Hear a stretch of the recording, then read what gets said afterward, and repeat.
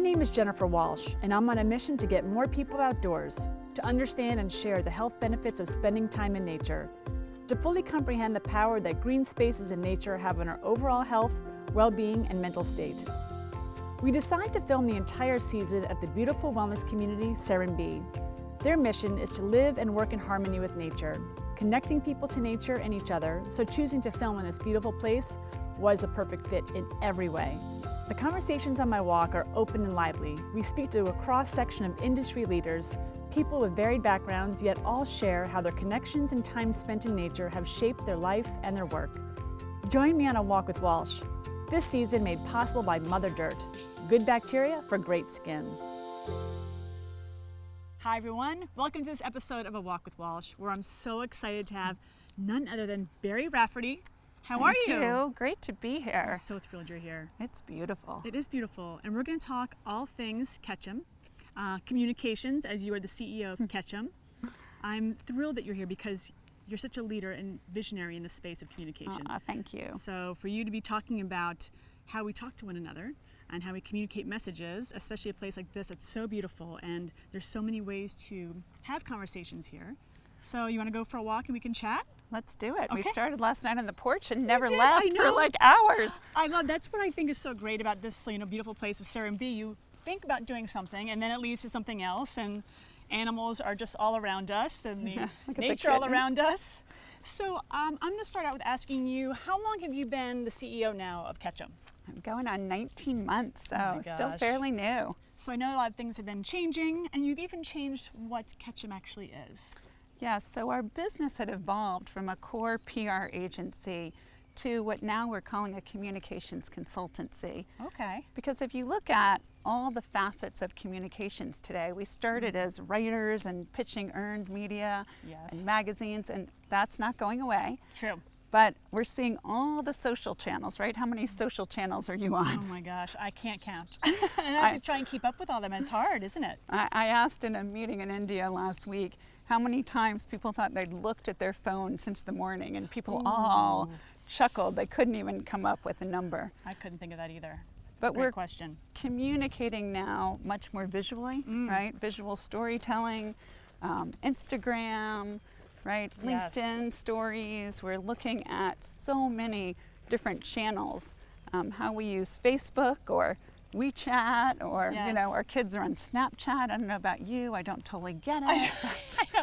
I try for the visual aspect of it because I think they have some fun features. Yep. So I try and do a little bit of all of it. But like you just said, there's so much to keep up with. And how do you keep up with it? And how do you know which is best for you whether you are a brand or a person trying to use it? So, you know, we work with brands and a lot of executives and individuals, and it really depends what your goal is, right? I mean, if you're trying to attract employees, you might have a really important LinkedIn or Twitter strategy.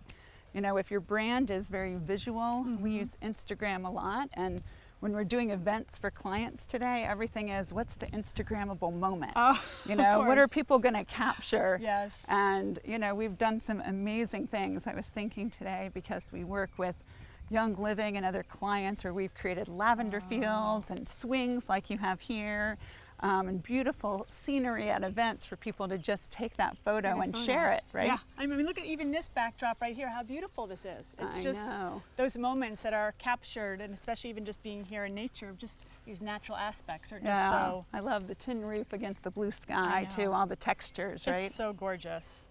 Now, I'm glad you said that too, about how you tell people to kind of use the different platforms, because I feel like I've met so many people that just say they just use one, or they're just using Instagram, and I think, isn't that dangerous if you're a business, or even if you're using that as your only means of communication and marketing?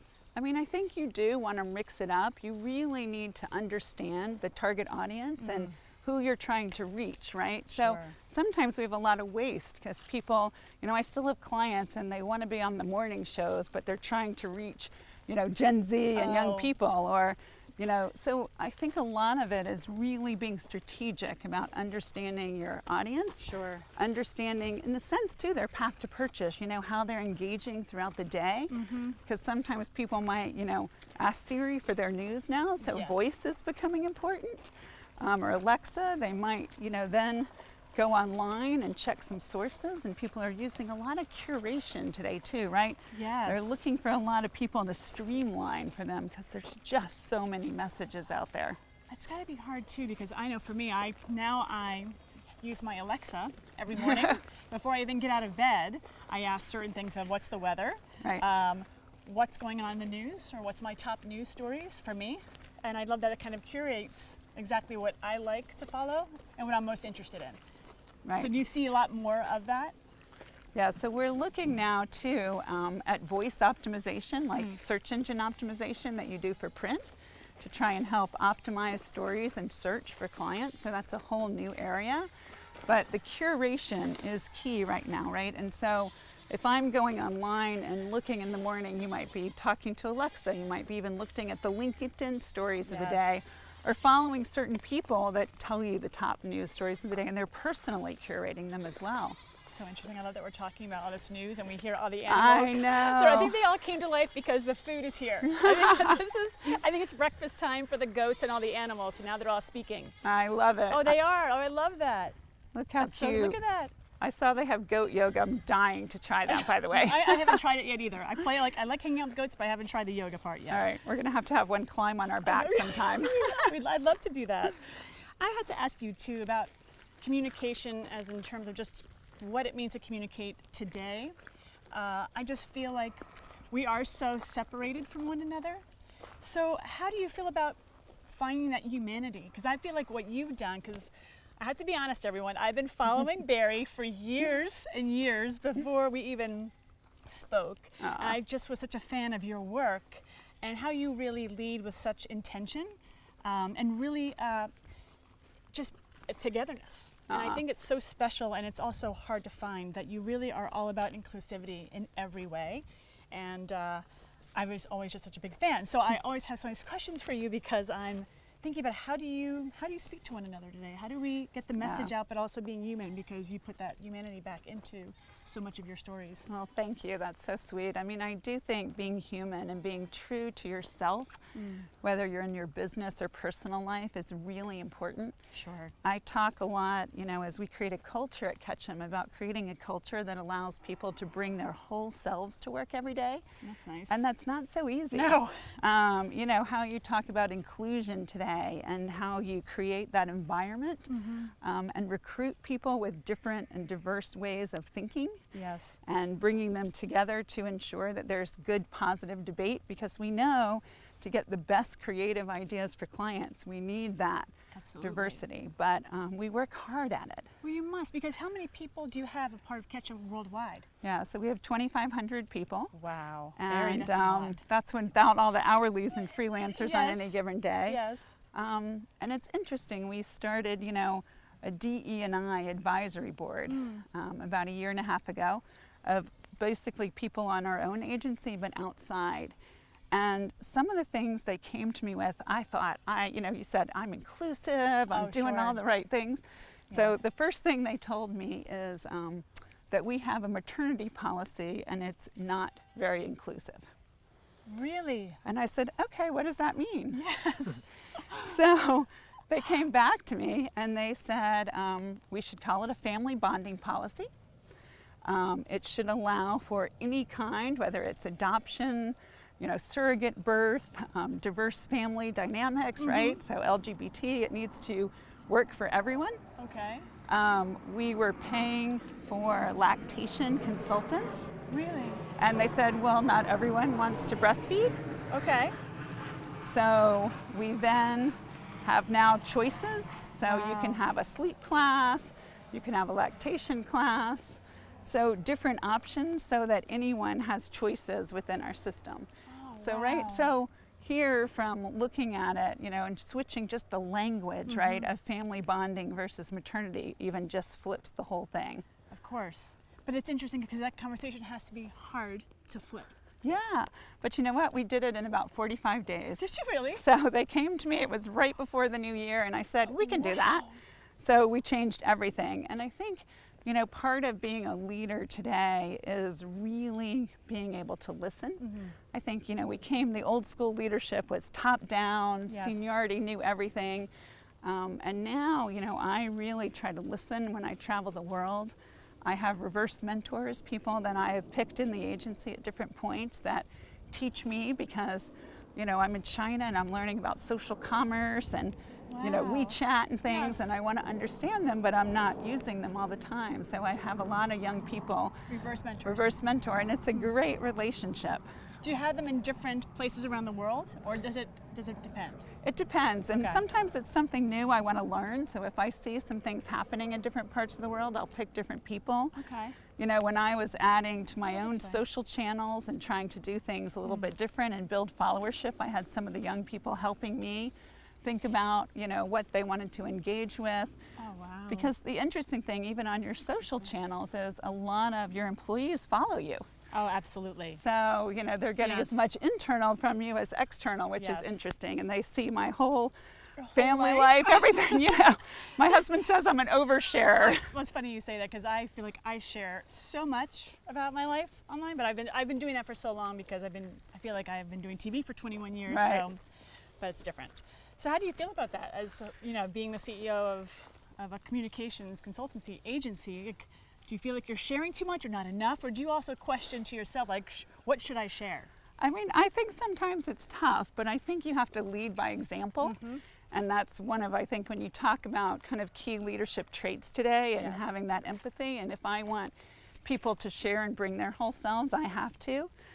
Interestingly, so the week I became CEO, I had a big family trip planned. Oh. And they had our CorpCom team wanted me to do all this first days of a CEO and everything. And I said, I'm not going to do that. I'm going to be in Africa on safari. It's my bucket list trip with my family. Yes. So I wrote an email to the whole agency saying how thrilled I was to be the new CEO. Mm-hmm. But my priority at the beginning of the year was with my family. And that no one should leave a vacation day on the table because I think you need to renew your energy and it's really important. Wow. And family time is critical. And talk about authenticity. People were like... We need more people like you, Barry. We really need much more people like you. That's beautiful. But and it was great. And impactful for everyone to see that. Yeah, and people were so funny because they were writing me going, I love this, but don't write me back. I know you're on vacation. Okay, that's cute. So that's really cute. I loved it. Wow, that's a wonderful way to start. Were you nervous at all saying, I'm not going to do that? Or did you just say, of course I'm going to go on vacation? Or were there any internal kind of... There was not one. Good for you. No. And, I think, you build a community around you in an organization. Yes. So as a leader, you need to be interdependent. Sure. And I look at my life that way. I talk about, I'm not a big believer in work-life balance. Mm-hmm. I talk about work-life interdependency. I'm glad you say that, because that was one of the things I wanted to bring up today, because I know that you're traveling a lot, and there's so much conversation in this world of how do we balance everything. Yeah. But I think that's kind of such a heavy loaded statement. So what do you say? So I do talk about work-life interdependence, and the way I look at that has been different at different points in my life. You say I travel. Right now, I do travel a ton, but my kids are grown. Yes. And at a different place. When I had young kids, I actually opted out of a global job. Did you? And it's actually how I ended up back in Atlanta, my hometown. Okay. My daughter was 3 and my son was 7, and I had the global job I always wanted. I was head of the global brand marketing practice of the agency, and it was killing me. Oh. It was the time when if you did a call at 9 o'clock at night, you were in the office with an IT person. Oh. If you were on a travel now, it seems so much easier. Sure. Yep. And so I thought I was going to have to leave. I really did. And I went to the CEO of Ketchum, and he said, well, why don't you go run a P&L? And I'm thinking, I'm going to go somewhere exotic. Yes. Because we could really use you to turn around the Atlanta office. No kidding. Really? And you know what? Oh, it was perfect. Isn't that wild how things just kind of come back around? Full circle. Yeah. And my parents, I think, had a house picked out for us in about 3 weeks. I'm sure. That's how parents do that, though, right? I think it parents was like, oh, you're coming back home. Great. Right. I'll help you. I'm like, do we think we can move and switch the kids? My son was in, like 3rd grade to switch them or 2nd grade right on the holiday, and sure enough, we had everything moved, and we're down here for about 2.5 years. Wow. And I learned a lot about running a P&L and Sure. being out of the epicenter. And I think it was a huge way for me to take those lessons back, and my next job was running the New York office. Oh my gosh. And it was a big, shift, but a lot of people said to me, why would you do that? It's like it's just sideways or backward step. And for me, it turned out to be a great opportunity. That's what I would think. That'd be a great idea to also step into a role that you weren't going to do probably beforehand. So that gave you an opportunity to learn more about things that you wouldn't have otherwise done. Yeah, and I talk a lot about embracing the numbers, because I feel like, and you and I talk to a lot of women's groups, I do a lot on female equity, is that women sometimes, pick particularly communications careers because they don't want to do the finance and the P&L. Sure. And yet, to me, that's always been a great part of it, and embracing the numbers and the finance and the growth opportunities really then helps you get into more senior roles. So I try to encourage women to take that on. I'm really glad you said that, because like we both speak to so many women's groups, and for me, even my own roles growing up and starting my first company, for years I was going from job to job, and I thought, what am I doing here? But my first job was at Merrill Lynch, so I was able to learn these lessons that were so important for me to have to then go on and start my own company. And if without Merrill Lynch as in my back pocket to have the numbers and learning about mutual funds and everything else, I might not have been able to do what I did at my first company. So I think it's all parts of it are so important. So how long ago, or what year did you start at Ketchum actually? So I've been there 20-something years, right? It's kind of crazy. I built my entire career there. I had a few jobs before, in-house and smaller agency, but I talk about that I earned my way up the ladder and did not do it the easy way. I'm on the org chart as having like every role. I started businesses that did really well, and digital and sports and entertainment. I started some that didn't do as well. Yeah. And I talk about both, because I think it's important to talk about those that failed and those that did well, because we learned from that. And we want to create an environment where people are willing to take risks and experiment. And so it's really important to show people, if we want them to be brave, we have to have their back. I'm so glad you're saying that too. You're hitting all these sweet spots for me, because also I understand, so for so long people have been saying, failure is not an option, and that kind of makes me cringe a little bit, because that makes people fearful for taking those risks, because if failure is not an option, then what is there? Because if you don't fail, then you don't learn.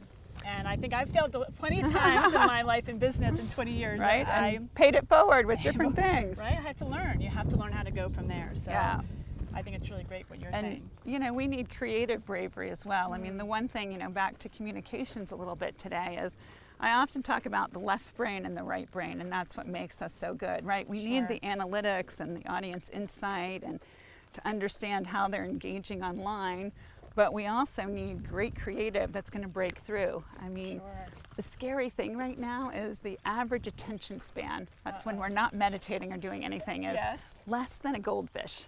Oh my gosh, Barry. It's 7 seconds. Less than a goldfish? So if you don't get, that's what Microsoft says, so if you don't get our attention right away with a good visual infographic headline. This is a good visual, right guys? Something, right? See the horses over there, but if you don't get our attention, we just swipe on, So it's really, really important today to have really great creative. And that's a big difference, the visual storytelling and the ideas that we need to really create stories in bite-sized units now to engage people, and then they'll come in sometimes and listen for a longer amount of time. But you got to get their attention at the top. Do you feel that way about podcasts as well? Do you think podcasts are an important part of the equation of communication? Podcasts have made a huge comeback, right? They kind of were dated, and now they're back. And we share a cloud with the family, so it's always interesting to see. My son is huge podcast, listens because he's in the car all the time, driving to work, I think. So I do think they've made a big comeback. And the truth is, there's short form content, long form, and I think it really depends on, if you're engaging people and they're interested in the topic, they'll come along for the walk or the ride with you, right? But if they're not, they'll tune out quickly. And so it's really finding, you have your followers and people that are interested, and they're willing to take along the journey with you. Yes. I mean, the wellness industry, we see it, it's almost a $7 trillion industry now, right? It's growing like crazy. Yes. And I think, you know, at Ketchum now, and we're thrilled to you to be a part of our new Wellness Council. But I am thrilled to be a part of your new Wellness Council, and this is just starting, so I'm... brand new. What made you want to create a Wellness Council? Well, we have divided our business into industries, and under the health industry, we actually spun out wellness because we feel like there's so much now, right, to do with our overall health and, you know, helping us, whether that's spiritually, emotionally, physically. Sure. So that area can be anything, you know, from working with essential oils. Yes. You know, we work with clients like Young Living, but we also work with like Eliquis, with a lot of vitamin companies.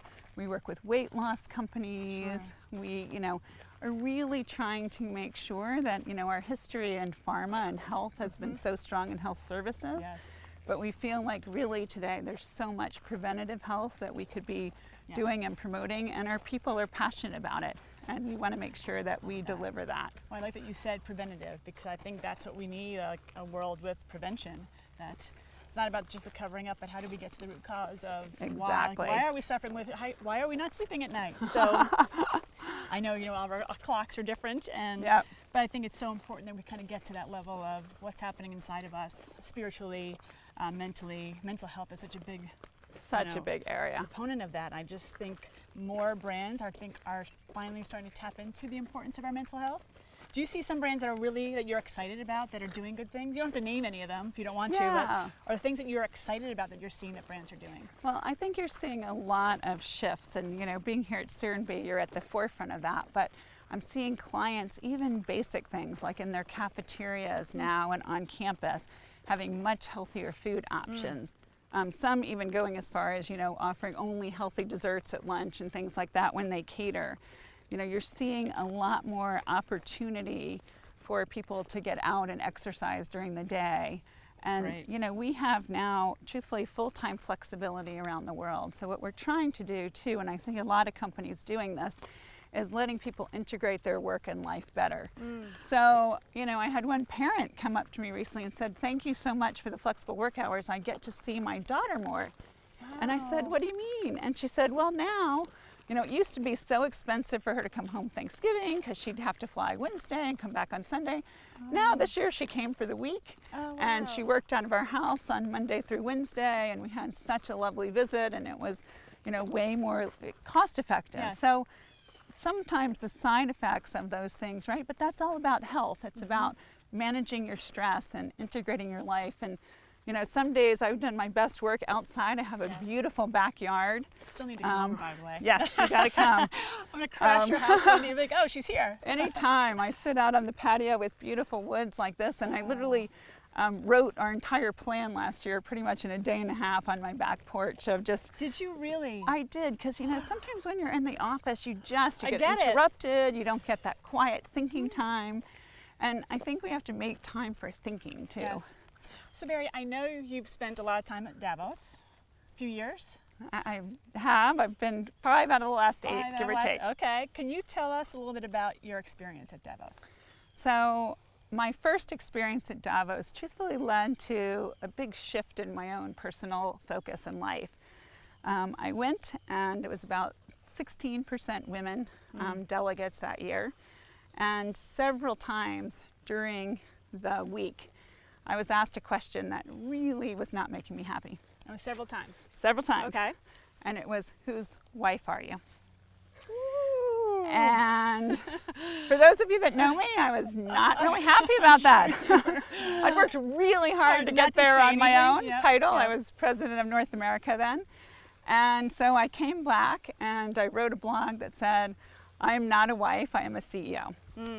And it got some pickup, and it got me thinking, what am I going to do to change this? And so I started working at our own agency, doing a lot of work on female leadership and helping women reach the ranks, which then became part of what we now call Omni Women, that scaled around the world for Omnicom. And I decided to do a TEDx talk, which was a little out of my comfort zone. It was great, but though. Thank you. I liked it. It was really, really, and very impactful, by the way. Appreciate it. And it was about declaring a life minor, because for me, that experience led to my life minor, which was dedicating a lot more time and energy to helping women leaders and create more equity for women. And I really thought my mom and the next generation, they'd done that, right? The generation before us. And then when I hit that ceiling, I realized, wow, we still have a lot of work to do. And so that's been a big part of what I've been doing. But I now say, I am a wife, I am a CEO, I am a mom, because I think as I evolved talking about it, what I realized is all those pieces are important to make you who you are personally, who you are as a leader, and embracing all of those rather than kind of rejecting one for the other was really important for me. I loved this when I was watching and following and when you did this, and I think it's so important because we do almost get pigeonholed into something or a category that we're supposed to fit into. And as women, as mothers or wives or sisters or CEOs or whatever we might be, we're supposed to just be one thing. And I always thought, what happens, because it happened to me when I no longer was the CEO of my company and I no longer was married, I almost had a little bit of an identity crisis. I've seen that happen. And it was scary because all of a sudden after 12 years of having a company and all of a sudden now no longer married, I thought, well, now who am I? How are people going to remember me or know me if I'm just Jennifer Walsh? Right. What am How I? do I self-identify? Yes, and it was such almost like an ego thing. But I thought I was more self-aware than this. But I had these feelings of, I don't know who I am. And it was a kind of scary realization. And here I was in my late 30s thinking, I know I'm more self-aware, and I don't understand why, but I'm glad that you are addressing this because I think it's really, really important that we do. And I think we all, right, have different personas and different parts of our life. And through life, we hit different milestones and challenges, but there's still a lot of stereotypes of what we should be, both as men and women. And I think being able to be yourself and have confidence in your path is not always easy.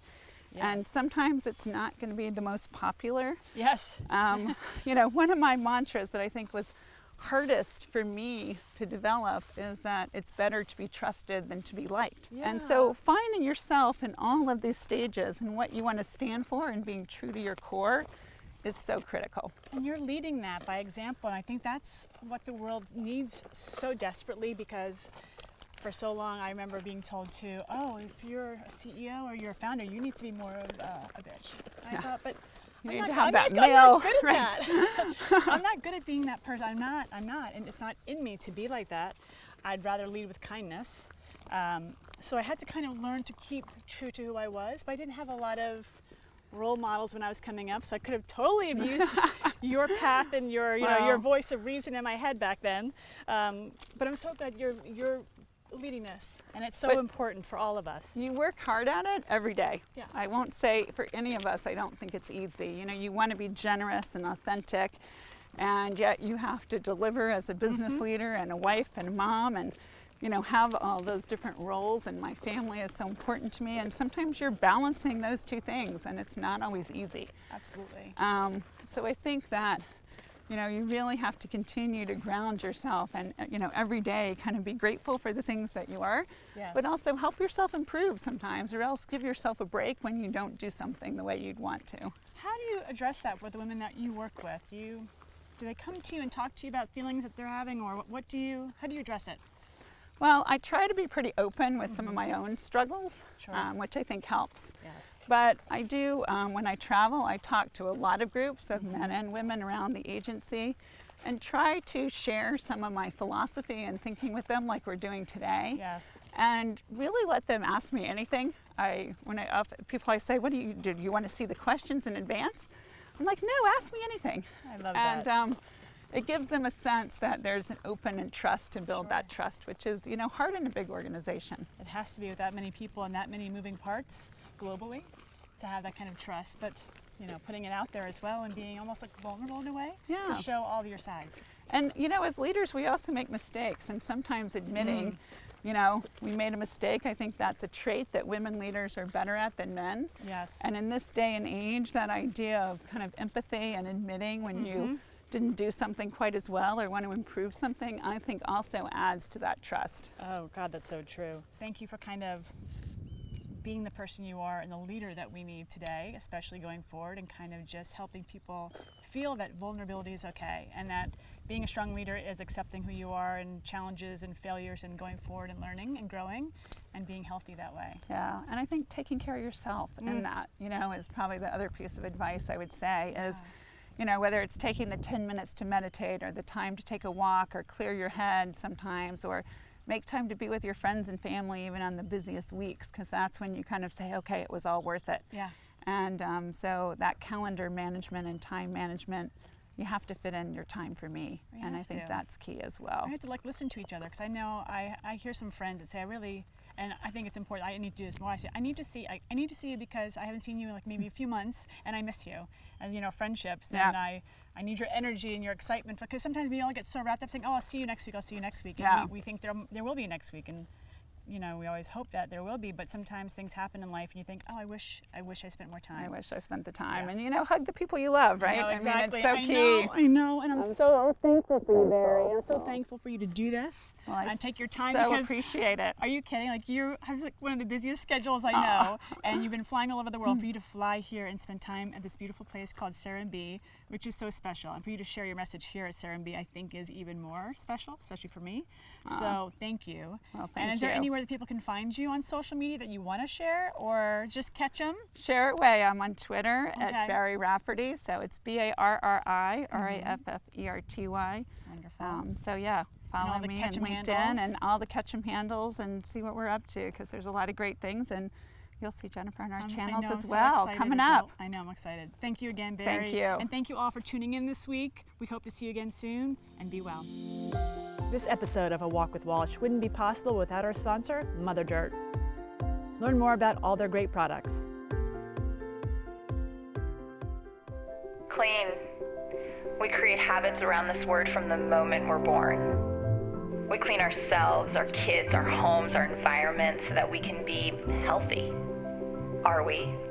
Are clean and healthy starting to become two different things?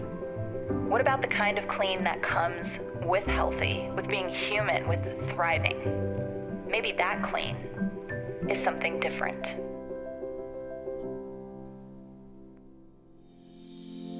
And I want to thank our season partners, the Inn at Serenbe and Igni Productions.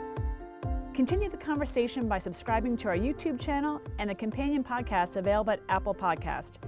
Thanks again for tuning in. See you next Wednesday for more walks.